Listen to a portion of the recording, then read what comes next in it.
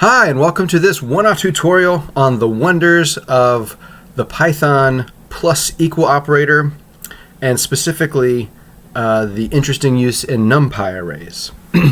Before we get to numpy arrays, I'm going to show you the more traditional uses of the plus equal operator for scalar numbers, for lists, and for strings.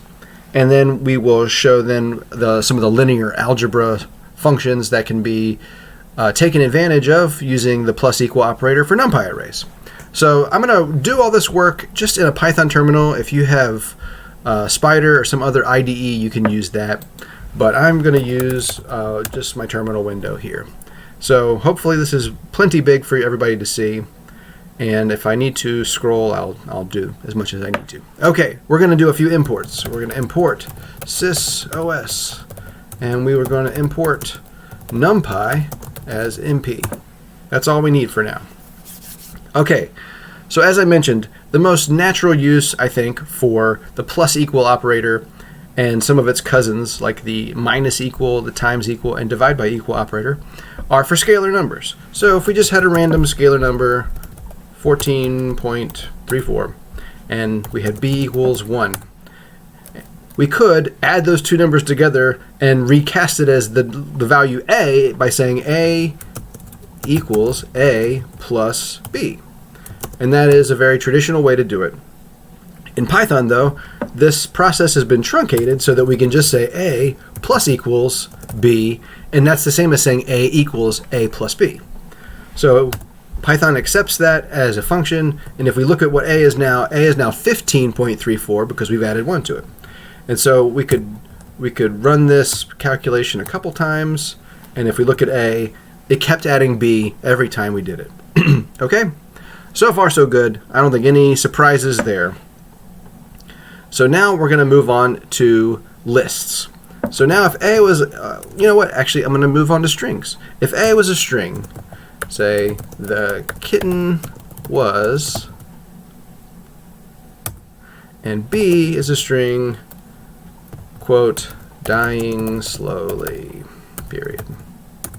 Alright, so a just says the kitten was, b is dying slowly, a plus equals b. A is now the kitten was dying slowly. Very sad, very tragic. But this is called concatenation. This is where we took something, a string, and we appended onto the end of it the next string by doing the plus equal operation.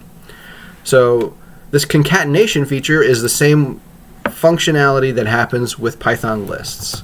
If a is equal to 1, 2, 3, 4, 5, and b is equal to 1, 1, 1, 1, 10, then if we were to add these two things together, a plus equals b, Python accepts that argument, and if we look at what a is, it's now the first list and with the second list concatenated on the end.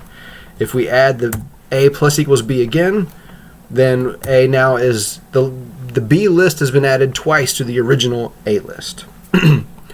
So hopefully, so far, no surprises. You see that 10 shows up at the end of each of the original b lists.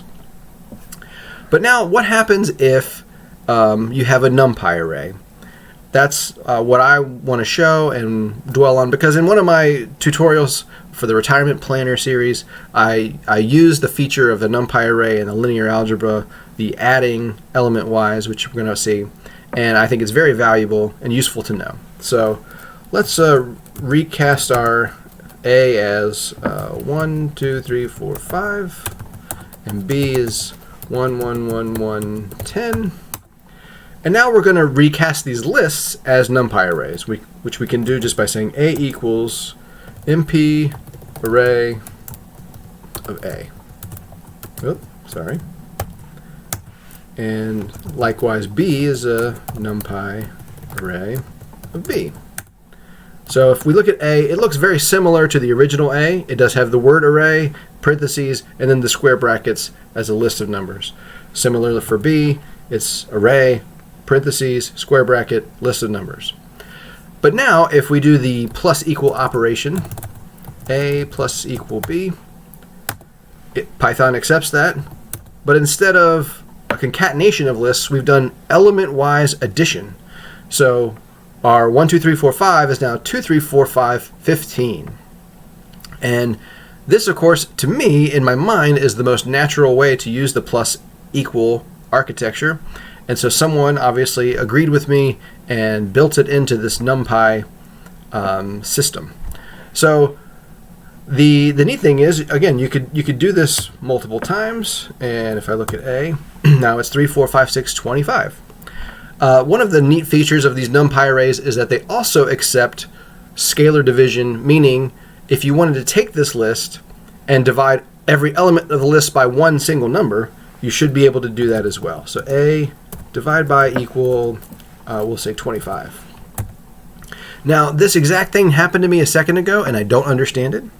So if I say A equals A divided by 25, 25, it accepts that. And if I said now A times equal, where do I do that? Times equal 25, it accepts that. And if I say A divided by equal 25, now it accepts that, and I don't understand why. If I look at A, we've run A through the ringer. We've gotten back to the, well, we divided by 25, we multiplied by 25, we divided by 25, so we got back to the step where we divided by 25. If you look up near the top of our list where my mouse is going to point here, we had 3, 4, 5, 6, 25. So if we divide each of those numbers by 25, the last one should definitely just be 1, which it is. And the rest are, this one, 5 divided by 25 is 0.2. That seems reasonable. So all the rest of the math probably checks out. So again, I don't know why that first divide by equal 25 gave the error that it gave. No loop matching the specified signature in casting was found for a ufunc true divide. I don't know what that is. A quirk of Python.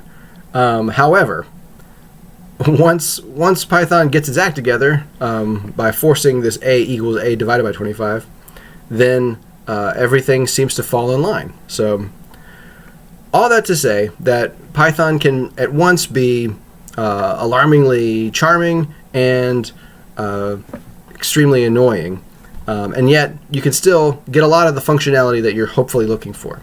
So if you're looking to do any linear algebra, element-wise addition, or dividing a list of numbers by one scalar, now with NumPy you can do that.